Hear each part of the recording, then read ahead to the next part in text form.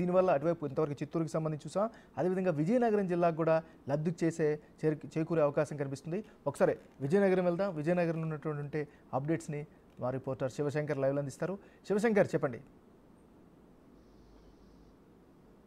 So MNR ఉమ్మడి విజయనగరం జిల్లాలో సుమారు 5 ఏళ్ల నుంచి కూడా ముఖ్యంగా కురుపాం నియోజకవర్గంలో అయితే ఈ పరిస్థితి చాలా తీవ్రంగా ఉందని చెప్పుకోవచ్చు. మొదట్లో 7 ఏనుగులు అయితే ఒరిస్సా బోర్డర్ నుంచి ఈ యొక్క కురుపాం నియోజకవర్గానికి అయితే తరలి వచ్చాయి. అప్పటి నుంచి కూడా ఈ చాలా అంటే అటు రైతాంగానికి కావచ్చు, సాధారణ ప్రజలకు కావచ్చు, కంటి మీద కునికి లేకుండా చేస్తున్నాయని చెప్పుకోవచ్చు. ఇప్పటి వరకు కూడా ఏనుగుల దాడిలో సుమారు 8 మంది వరకు చనిపోయారు. అందులో ఒక ఫారెస్ట్ గార్డు కూడా ఉన్నారు. చాలా బాధాకరమని చెప్పుకోవచ్చు. అదేవిధంగా కోట్ల రూపాయల్లో ఆస్తి నష్టం అయితే సంభవించింది ఇప్పటి వరకు. అంటే ఏనుగులు ముఖ్యంగా గుంపులుగా కాకుండా ఒంటరి అయినప్పుడు ఎక్కువగా దాడులు చేస్తూ ఉంటాయి. అర్ధరాత్రి వేళల్లో, అదేవిధంగా పగటి వేళల్లో కూడా మనుషుల మీద, అదేవిధంగా ఆస్తుల మీద కూడా దాడులు ఎక్కువగా చేస్తుంటాయి. అదేవిధంగా మనం చాలాసార్లు మనం చూసాం, నడి రోడ్ల మీద అయితే వెళ్తూ ఉంటాయి. అంటే అటవీ శాఖ అధికారులు ఇప్పటివరకు కూడా సరైన చర్యలు చేపట్టలేదని మనం చెప్పుకోవచ్చు. ఎందుకంటే ఇప్పటి వరకు కూడా ఆ ఏనుగులు కురుపాం నియోజకవర్గంలో ఉన్నటువంటి జిఎంఓల్స్ కావచ్చు, అదేవిధంగా గుమలక్ష్మీపురం కావచ్చు, కొమరాడ కావచ్చు, కురుపాం ఈ 4 మండలాల్లో ఇప్పటి వరకు కూడా ఏనుగులు అక్కడి నుంచి తరలించే ప్రయత్నం ఎంత చేసినా కానీ వాటిని తరలించే ప్రయత్నం మాత్రం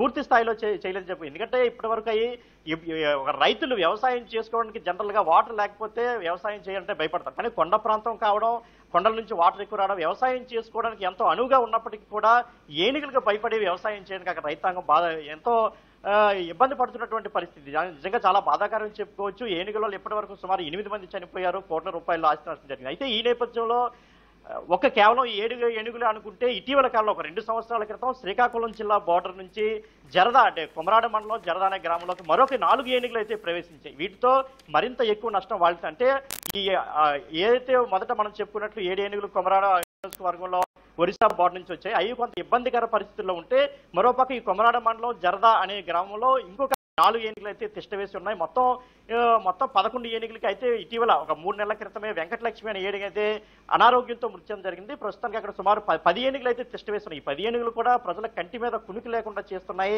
అనేక సార్లు అటు అధికారులు కావచ్చు, ప్రజాప్రతినిధులు ఫిర్యాదు చేసినప్పుడు కూడా సరైన చర్యలు చేపట్టారు. ముఖ్యంగా మాజీ మంత్రి అక్కడ కురుపాం మాజీ ఎమ్మెల్యే, మాజీ మంత్రి పుష్ప శ్రీవాణికి అనేక సార్లు ఫిర్యాదు చేశారు. అటు ప్రభుత్వానికి కూడా ఫిర్యాదు చేశారు.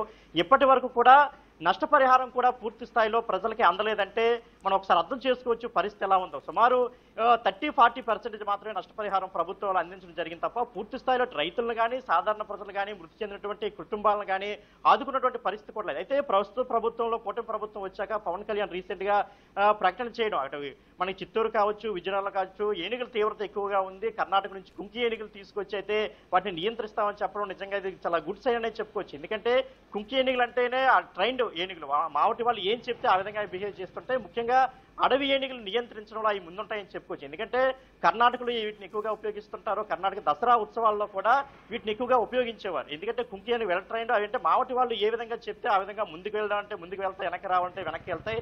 ముఖ్యంగా అడవి ఏనుగులకి ఫస్ట్ ఎయిడ్ చేయడంలో కావచ్చు, అవి ఆపదలో ఉన్నప్పుడు కాపాడడం కావచ్చు, అదేవిధంగా అవి ఎవరిపైన దాడులు చేయకుండా అంటే నిర్మానుష్య ప్రదేశం అడవుల్లోకి తీసుకెళ్ళడానికి కుంకి ఏనుగులు అయితే చాలా గొప్పగా పనిచేస్తాయని మనం చెప్పుకోవచ్చు. ఈ నేపథ్యంలో అంటే కుంకి ఏనుగులు అటు కేరళ కావచ్చు, తమిళనాడు కావచ్చు, కర్ణాటక ఈ 3 రాష్ట్రాలు ఎక్కువగా ఉంటాయి. అయితే కర్ణాటకలో మొదటి నుంచి కూడా ఇవి ఎంతో ప్రాచుర్యం పొందాయి కుంకి ఏనుగు, ఎందుకంటే వెల్ ట్రైన్డ్ ఇవన్నీ కూడా.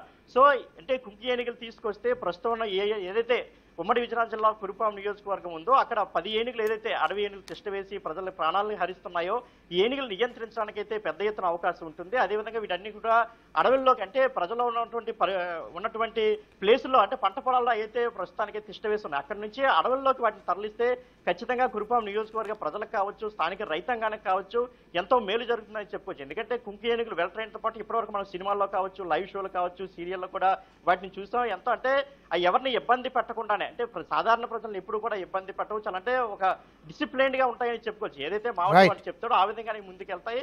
ముఖ్యంగా ఈ అడవి ఏనుగుల్ని ప్రజల్ని అడవి ఏనుగుల బారి నుంచి కాపాడడానికి అయితే ఎంతగానో తోడ్పడతాయని చెప్పుకోవచ్చు అన్నమాట.